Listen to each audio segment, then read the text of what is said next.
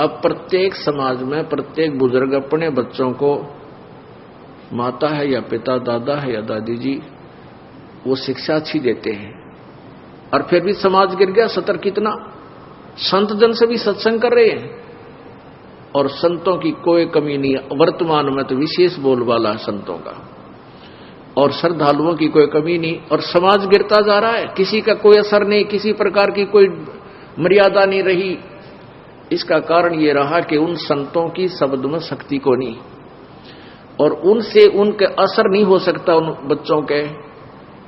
वो तो श्रद्धालु हैं, परमात्मा के प्यारे हैं, परमात्मा के इच्छुक हैं, चले जाते हैं, थोड़ी बहुत देर सत्संग अच्छा लगता है, सुन भी लेते हैं, लेकिन बाहर आकर के उनके वही कर्म प्रारंभ हो जाते हैं।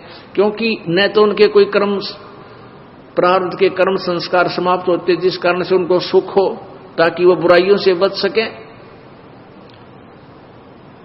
पुण्यात्मा,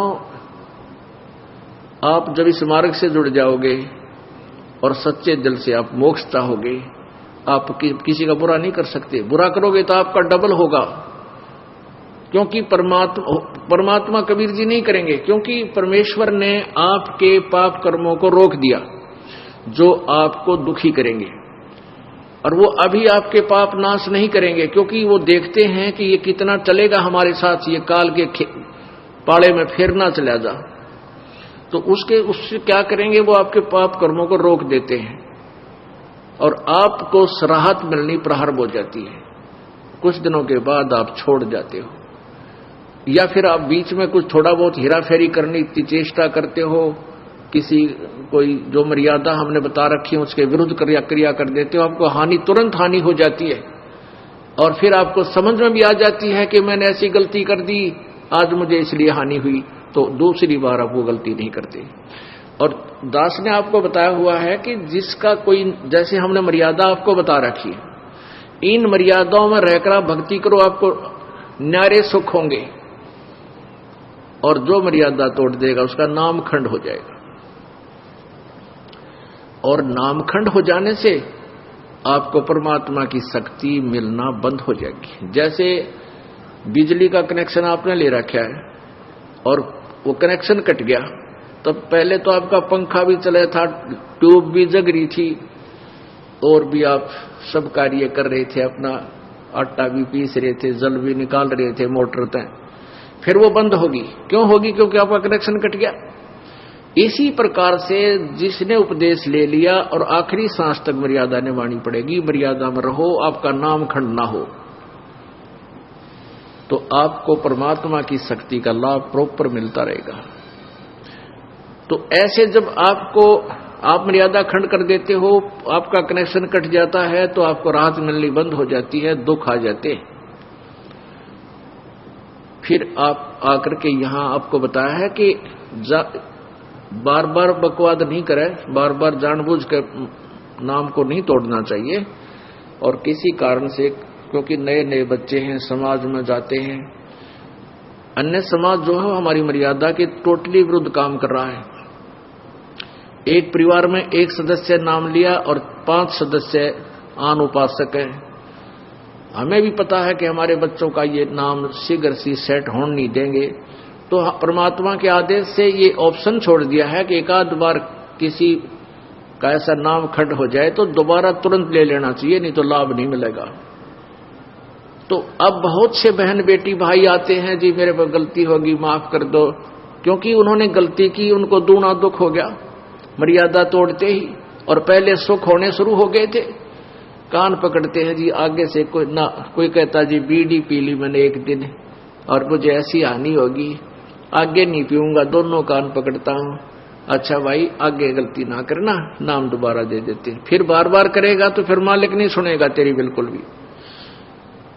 तो इस डर से फिर वो गलती बंद हो जाती है, ना वो चोरी कर सकता, क्योंकि ज्ञान हो जाता है कि जो अगर हम चोरी करके सेठ बनना चाहते हैं, दूना दुख होगा, डबल पाप हमारे लगेंगे, और वो चोरी किया हुआ धन आपके पास नहीं रह सकता, ये गारंटीड बात है। और वो पाप आपके साथ रह जाएंगे जो चोरी करने से बने।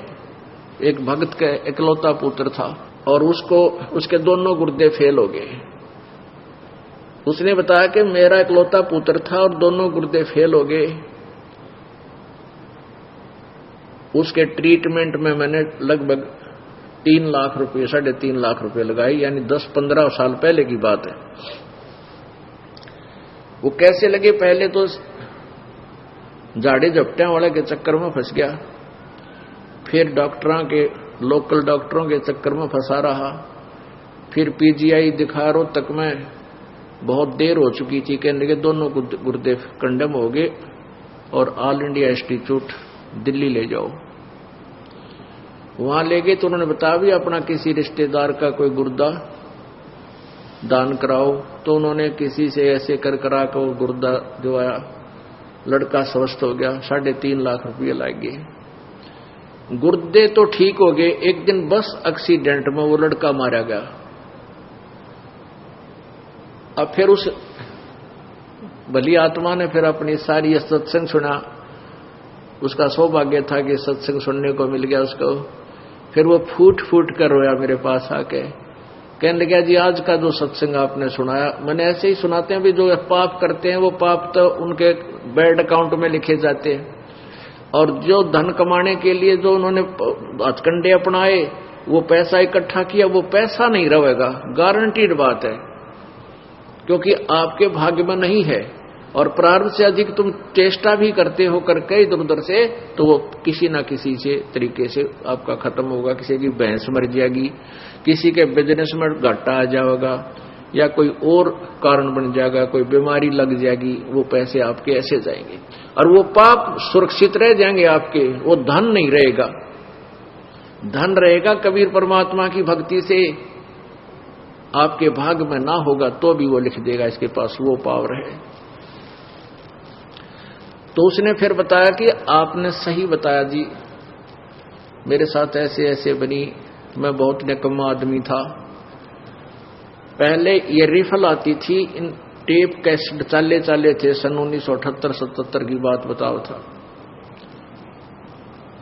और उन टेपों में ये कैसेट डाला करते, उसके ऊपर मोहर मारता सोनी की और लाता वहां तोल के भाव तो वो रिफल और वो कैसेट बनवा के, उसका सारा खर्चा मेरा 2 रुपया का एक कैसेट पाया करता, 2-2.5 रुपए का भर के भी सारा कुछ कर लेता था।